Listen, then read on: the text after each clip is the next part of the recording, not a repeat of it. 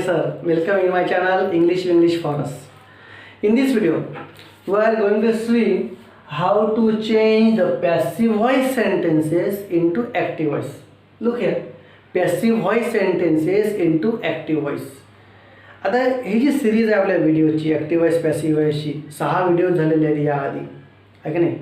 आता हा 7वा व्हिडिओ आहे. हा आता सगळे जो 6 व्हिडिओ झाले त्याच्यात उलटी क्रिया करणार आहोत की आपण ॲक्टिव्हचं पॅसिव्ह कसं करायचं, वेगवेगळ्या प्रकारचे वाक्य घेतले आपण. आता तेच वाक्य पॅसिव्हमधून ॲक्टिव्हमध्ये कसं करायचं, उलटी क्रिया कशी करायची ते आता 6 प्रकारे या व्हिडिओमध्ये पाहणार आहोत. कदाचित हा व्हिडिओ थोडासा मोठा होऊ शकतो, परंतु एक्झाममध्ये विचारतात काय प्रश्न असतो, चेंज द व्हॉइस. आता change the voice means if it is active voice change into passive voice, if it is passive voice then change into active voice. मी आधीच सांगितलं ॲक्टिव्ह व्हॉइसचं वाक्य आणि पॅसिव्ह व्हॉइसचे वाक्य कसं ओळखायचं शिका आधी. आणि एक वाक्य मागचा प्रश्न असतो 10वीच्या एक्झाममध्ये, तर state whether this sentence is in active voice और पॅसिव्ह व्हॉइस. दिलेला वाक्य आहे ॲक्टिव्ह व्हॉइस आहे की पॅसिव्ह व्हॉइस आहे ते ओळखण्याकरता 1 मार्क असतो. कधी अदावदा विचारतात हा प्रश्न, त्यामुळे हे ओळखता आलं पाहिजे. आता ॲक्टिव्ह व्हॉइस पाहिलं तर आपण subject plus verb plus object. आता पॅसिव्ह व्हॉइसमध्ये काय पाहिलं, प्रत्येक वेळेस पाहिलं आधी ऑब्जेक्ट घेतलं, मग टू बीचं रूप आणि थर्ड फॉर्म. तीच ओळख आहे पॅसिव्ह व्हॉइस वाक्याची ओळख काय आहे, टू बीचं रूप आणि third form. Am is are was were नंतर क्रियापदाचं तिसरं रूप आलं असेल तर तो समजायचं की पॅसिव्ह व्हॉइस आहे. आता पहा आपण एक एक वाक्य घेऊ आपण. I was left alone by him.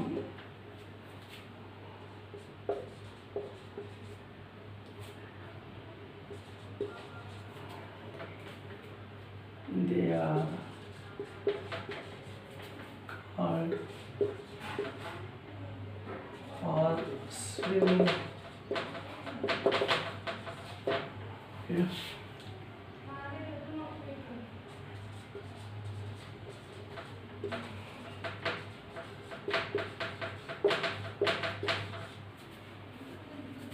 He was hand.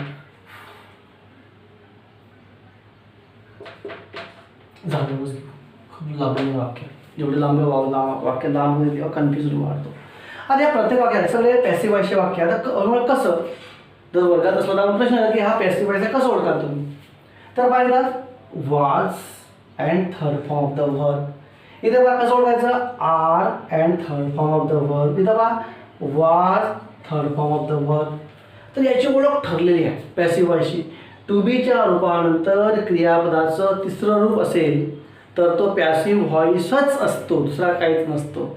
आणि टू बीच्या रूपानंतर जर आय एन जी लागला असेल, आहे की नाही, आहे की नाही, I was reading a book, तो पॅसिव्ह व्हॉइस नाही. वॉज नंतर आय एन जी असेल म्हणजे तो past continuous tense. They are playing cricket, are नंतर आय एन जी लागला असता तर प्रेझेंट कंटिन्युअस टेन्स. तर अशा प्रकारे आपल्याला ॲक्टिव्ह व्हॉइस आणि पॅसिव्ह व्हॉइसमधला फरक ओळखता आला पाहिजे. एक माझा प्रश्न विचारतो, पॅसिव्ह व्हॉइस कसं ओळखायचं, टू बीचा रूप M is are was wear B bin being हे शब्द आपण पाहिले सगळे, हे सगळे टू बीचे रूप आहेत. त्यानंतर क्रियापदाचं तिसरं रूप म्हणजे पॅसिव्ह व्हॉइस. बस ठीक आहे. आता हा पॅसिव्ह व्हॉइसचा वाक्य ॲक्टिव्ह व्हॉइस करताना आपल्या डोक्यात हे घ्यायला पाहिजे की या वाक्याचा टेन्स कोणता आहे. आता आपण जे व्हिडिओ पाहिले आहेत जुने त्यामध्ये पाहिलं आहे की सिम्पल प्रेझेंट सिम्पल पास्ट टेन्सचं वाक्य असेल तर ऑब्जेक्ट घेतो, टू बीचं रूप घेतो, थर्ड फॉर्म म्हणजे टू बीच्या रूपानंतर थर्ड फॉर्म डायरेक्ट आला असेल तर तो सिम्पल प्रेझेंट किंवा सिम्पल पास्ट. पण कंटिन्युअस वाक्याचं पॅसिव्ह व्हॉइस करताना काय पाहिलं आपण की ऑब्जेक्ट नंतर टू बीचं रूप नंतर बीइंग शब्द, बीइंग आहे की नाही, म्हणजे त्या वाक्यामध्ये टू बीच्या रूपात बीइंग आला असेल म्हणजे तो कंटिन्युअस टेन्स इंडिकेट करतो, आहे की नाही, कंटिन्युअस टेन्स आहे. नंतर have been, has been, had been perfect tense indicate करतो. मॉडल वाक्याचं काही माहीतच नाही, मॉडल आहे त्यामुळे ते मॉडलचे वाक्य आहेत. त्यात आता ॲक्टिव्ह आणि इम्परेटिव्ह सेंटेन्स लेट नाही तर पॅसिव्ह व्हॉइस होतो. आता एक पाहू आपण. पहा, I was left alone by him, I was left alone by him. आता वॉज लेफ्ट म्हणजे पास्ट टेन्स आहे आणि वाज आहे, वाज किंवा वेअर पास्ट टेन्स इंडिकेट करतो आहे. Am is are present tense indicate करतो म्हणजे हा सिम्पल पास्ट टेन्स आहे. बीइंगही नाही, हॅव हॅड हॅडही नाही ना, काहीच मॉडलही नाही, म्हणजे सिम्पल पास्ट टेन्स. वाज किंवा वेअर म्हणजे पास्ट टेन्स म्हणजे हा सिम्पल पास्ट टेन्स. आता काय करायला पाहिजे? सिंपल पास्ट टेन्स म्हटल्यानंतर आपल्या डोक्यामध्ये स्ट्राईक व्हायला पाहिजे. Simple what is the concept simple past tense? S plus V2 plus O. तर ह्या गोष्टी आपल्याला माहीत पाहिजे की त्याची कन्स्ट्रक्शन काय आहे, त्या टेन्सच्या वाक्याची कन्स्ट्रक्शन काय आहे. मग हा सिंपल पास्ट टेन्सचा वाक्य आहे, त्याची कन्स्ट्रक्शन आहे S plus second form of the verb plus object. मग आता सब्जेक्ट घ्या. आता अर्थातच हा ऑब्जेक्ट असतो ना, सब्जेक्ट शेवटी असतो किंवा नसतो, आहे की नाही. इथं दिलेला आहे बाय हिम, म्हणजे हिमचा होतो ही, आहे की नाही. सिंपल पास्ट टेन्स आहे म्हणजे सब्जेक्ट V2 म्हणजे क्रियापद दुसरा रूप, म्हणजे सब्जेक्ट घेतला आपण ही. आता क्रियापदाचा दुसरा आधी इथं नाही पाहायचं, वाज आहे की वेर आहे ते नाही पाहायचं. कन्स्ट्रक्शन वगैरे ना आपला हे काढून टाकायचं, जसं 2 रूप काढायचे असतात इथं ॲक्टिव्ह करताना. तर ही simple past tense simple present tense मध्ये फक्त.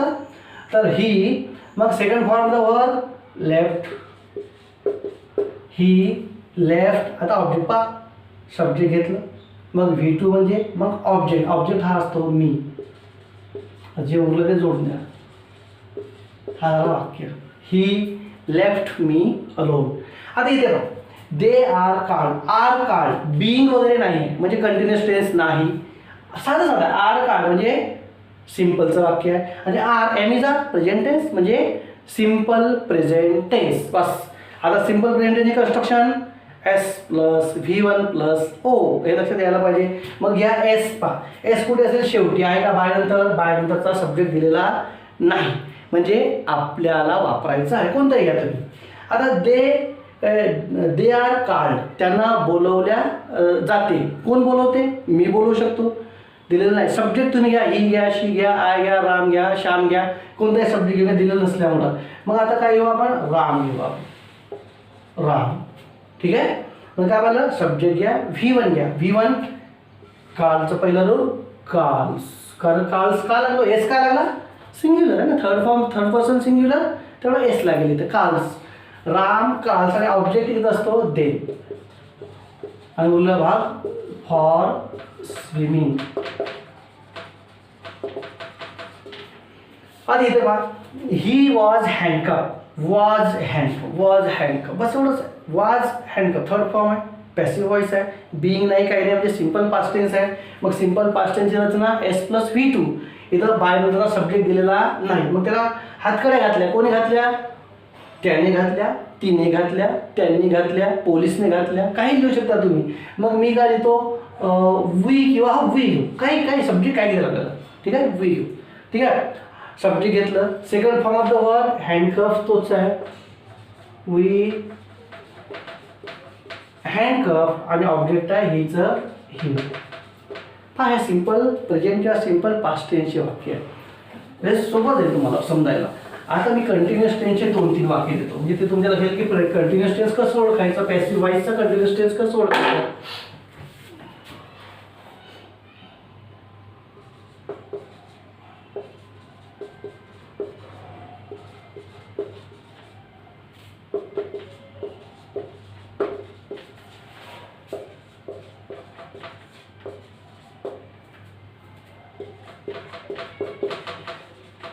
पहा, सॉरी इज नाही, वाचतो आपण. A blackboard was being bought yesterday. काल ब्लॅकबोर्ड विकत घेतल्या जात होता. पहा एकदा पहा, ऑब्जेक्ट आहे, टू बीचं रूप आणि बिंग आले तर पाहिजे. पहा, टू बीचं रूप आणि थर्ड फॉर्म आहे की नाही. टू बीचं रूप आहे आणि थर्ड फॉर्म आहे, म्हणजे पॅसिव्ह व्हॉइस. एवढंच समजलं. टू बीचं रूप आहे, थर्ड फॉर्म आहे, म्हणजे पॅसिव्ह व्हॉइस हे ओळखून घ्या. आता टेन्स कोणता आहे? या ओळखायचा टेन्स बिंग आयजी लागला म्हणजे पास्ट कंटिन्युअस टेन्स. वाच किंवा वेअर आहे, आणि बिंग लागलेला आहे म्हणजे past continuous tense. Passive voice कसं ओळखायचा? पहा, ऑब्जेक्ट आहे, टू बीच्या रूपानंतर थर्ड फॉर्म, टू बीचं रूप थर्ड फॉर्म, टू बीचं रूप थर्ड फॉर्म. पुन्हा सांगा पॅसिव्ह व्हॉइस, टू बीचं रूप थर्ड फॉर्म म्हणजे पॅसिव्ह व्हॉइस. टेन्स आयजी लागला आहे म्हणजे पास्ट कंटिन्युअस टेन्स. आता अर्थातच त्याचं आता काय करायचं? ॲक्टिव्हाइज करताना कन्स्ट्रक्शन डोक्यात यायला पाहिजे. पुन्हा तेच सांगतो, construction past continuous tense. S plus was किंवा वेअर, सब्जेक्ट आणि वाज किंवा were. S plus was or were, then ING form of the verb, then object, आहे की नाही. आता एस म्हणजे सब्जेक्ट दिलेला नाही. ब्लॅकबोर्ड वॉज बिंग बॉट, घेतल्या जात होता. कोण? दिलेलं नाही, बाय नंतर करता दिलेलं नाही. मग माय फादर घेऊ आता. माय father. Construction S plus was किंवा वेअर प्लस क्रियापदाच्या आयएनजी रूप.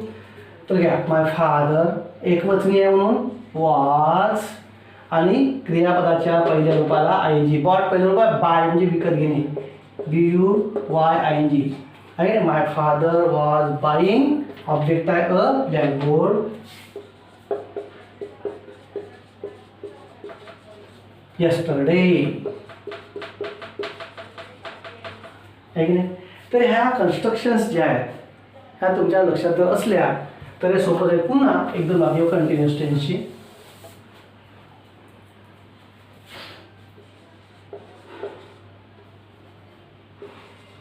माय room is being cleaned by her. असं बघूया आपण पॅसिव्ह व्हॉइसचं पार्ट करा. My room is being clean by her. Is आलेला आहे, थर्ड फॉर्म आहे म्हणजे पॅसिव्ह व्हॉइस आहे, एवढं समजलं तुम्हाला. बीइंग लागलेला आहे म्हणजे कंटिन्युअस आहे म्हणजे present continuous tense. Okay. Is म्हणजे प्रेझेंट टेन्स, बीइंग आहे म्हणजे आयएनजी आहे म्हणजे present continuous tense. To be रूप थर्ड फॉर्म म्हणजे पॅसिव्ह व्हॉइस. या वाक्याचा ॲक्टिव्ह व्हॉइस कसं करू आपण. आता प्रेझेंट कंटिन्युअस टेन्सची कन्स्ट्रक्शन पहा. आता आठवते एस प्लस एम किंवा इज किंवा आर नंतर आयएनजी फॉर्म ऑफ द व्हर्ब म्हणजे क्रियापदाच्या पहिल्या रूपात आयएनजी आणि मग ऑब्जेक्ट आहे की नाही. मग घ्या इथं सब्जेक्ट दिलेला आहे बाय हर म्हणजे शी. सब्जेक्ट घेतलं काय कन्स्ट्रक्शन आहे एस. ओके म्हणजे सब्जेक्ट. मग एम इज आर पैकी शी करिता प्रेझेंट टेन्स आहे म्हणून शी करिता is. She is. Then ING form of the verb क्रियापद आहे क्लीन त्याला ING cleaning. She is cleaning. क्रियापदानंतर लगेच ऑब्जेक्ट कॉम्प्लिमेंट नंतर होत बसल. आधी काय क्रियापदाला लगेच ऑब्जेक्ट यायला पाहिजे. My room. She is cleaning my room. बाकीचं तर काय आहेच नाही आहे की नाही. बरोबर आहे की नाही. तर दुसरं वाक्य घ्या. Mohan is being cheated.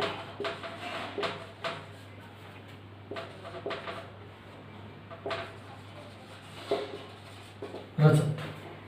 Mohan is being cheated by Rajat. पुन्हा तेच टेन्स ओळखा. टेन्स टू बी रूप आलेला आहे, थर्ड फॉर्म म्हणजे पॅसिव्ह व्हॉइस एवढं तर समजलं मला. परंतु बिंग आहे म्हणजे continuous tense, present continuous tense passive व्हॉइसचं वाक्य आहे. मग प्रेझेंट कंटिन्युअस टेन्सची कन्स्ट्रक्शन एस प्लस एम किंवा इज किंवा are plus ING form of the verb. मग पहा सब्जेक्ट बाय नंतर दिलेला आहे, बाय नंतर रजत दिलेला आहे म्हणजे सब्जेक्ट आहे रजत. रजत. मग एम पैकी इज नंतर आयएनजी फॉर्म चीटला आयएनजी लावा म्हणजे चिटिंग. Rajat is cheating. आता क्रियापद लगेच ऑब्जेक्ट इकडे असतं तो शेवटी घ्यायचं. मोहन. Rajat is cheating Mohan. बाकीचं काहीच नाही. अशा प्रकारे आपण प्रेझेंट किंवा पास्ट कंटिन्युअस टेन्स वाक्याचं पॅसिव्ह व्हॉइस सहजपणे करू शकतो. काही प्रॉब्लेम नाही यामध्ये. एक वाक्य घेऊन उपगाऊन बघू. हा girls were being entertained.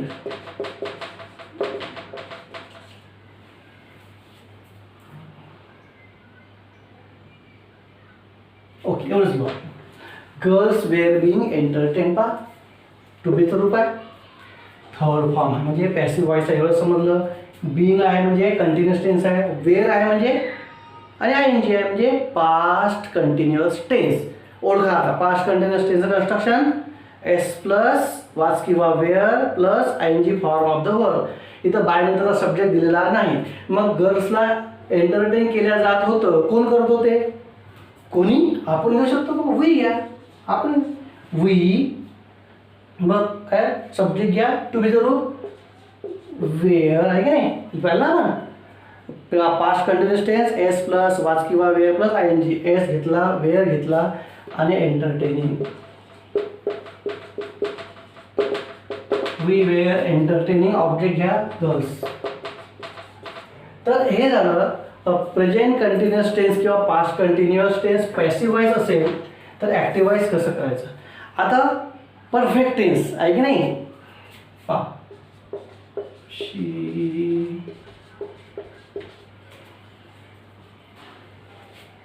has been invited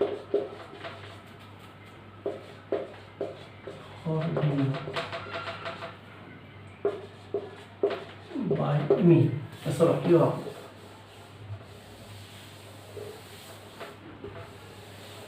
वाक्य बरोबर पहा. She has been invited for dinner by me. आता कोणत्या प्रकारचा पहा पुन्हा सांगा. हॅज बीन आलेला आहे अँड थर्ड फॉर्म म्हणजे पॅसिव्ह व्हायचं. पहा लक्षात घ्या. Have been, has been, had been, त्यानंतर थर्ड फॉर्म.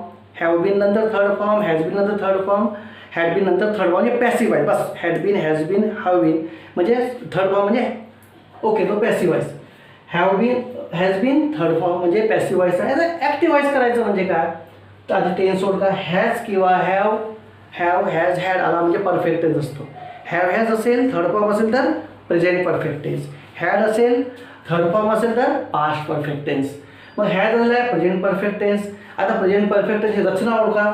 काय बाबा, एस प्लस हॅव किंवा हॅज प्लस V3 करता घ्या, हॅव किंवा हॅज घ्या, क्रियापदाचं तिसरं रूप घ्या V3 प्लस ओ, मग ऑब्जेक्ट लावा.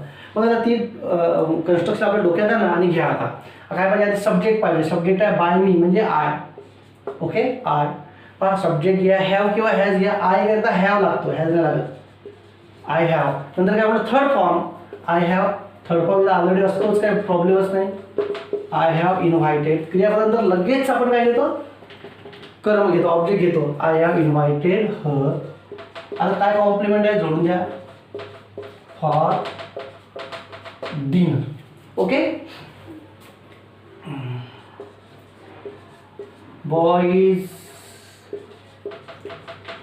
had been punished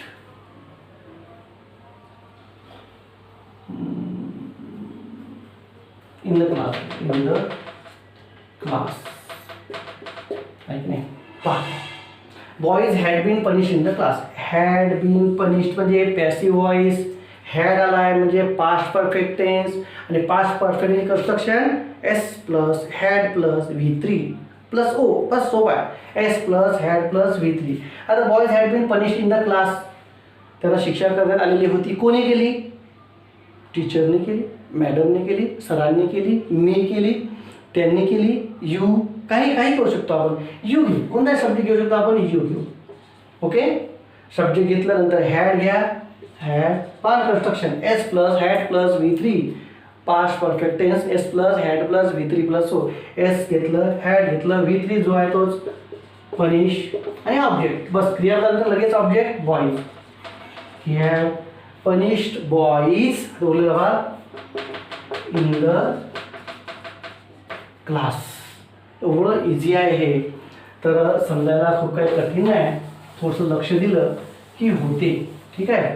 आता तिसरा प्रकार पाहिला, चौथा प्रकार पाहिला होता आपण की मॉडल असणारे वाक्य.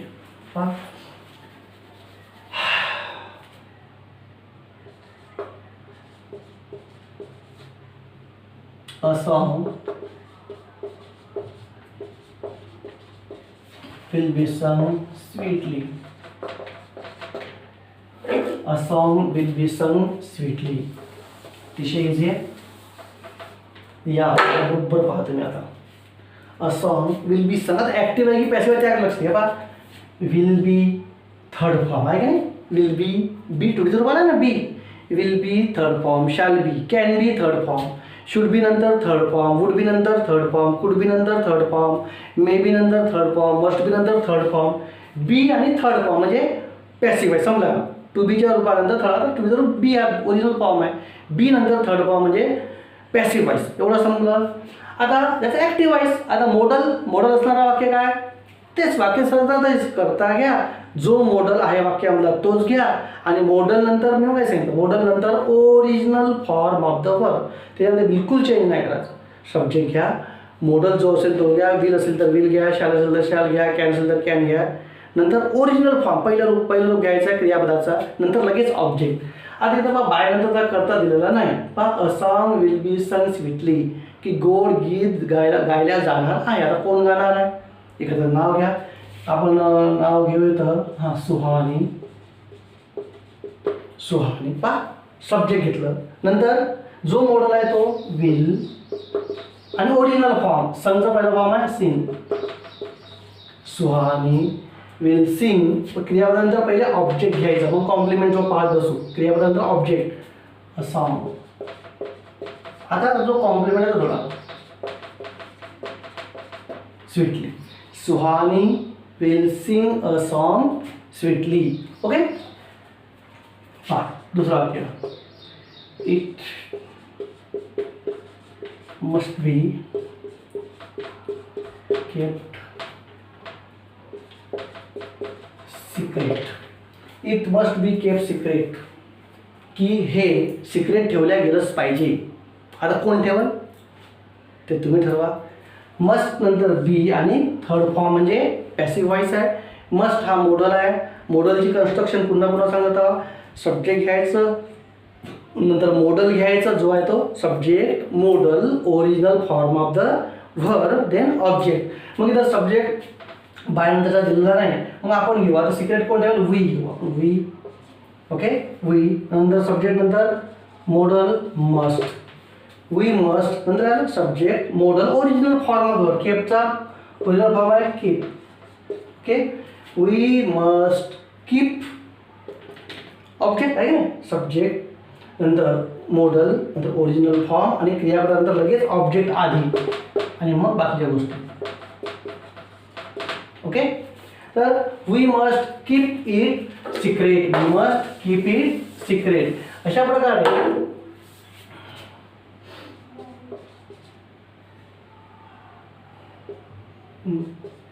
people should be quarantine. ची स्पेलिंग क्वारंटाईन. आता मला बरोबर माहित ना. people should be quarantined by the government. असं वाक्य होतं. Okay.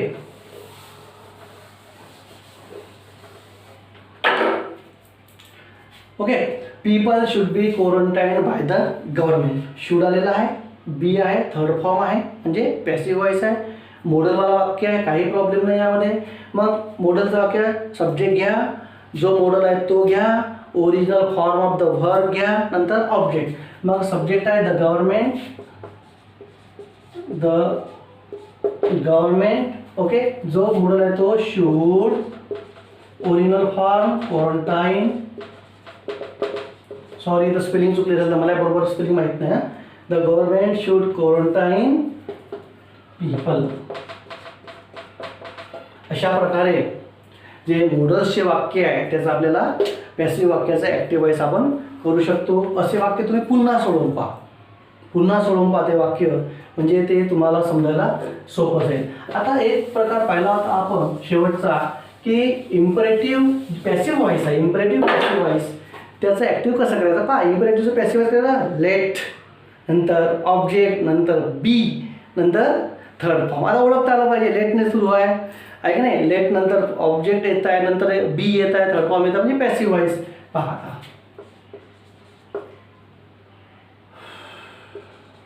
Let my room B washed.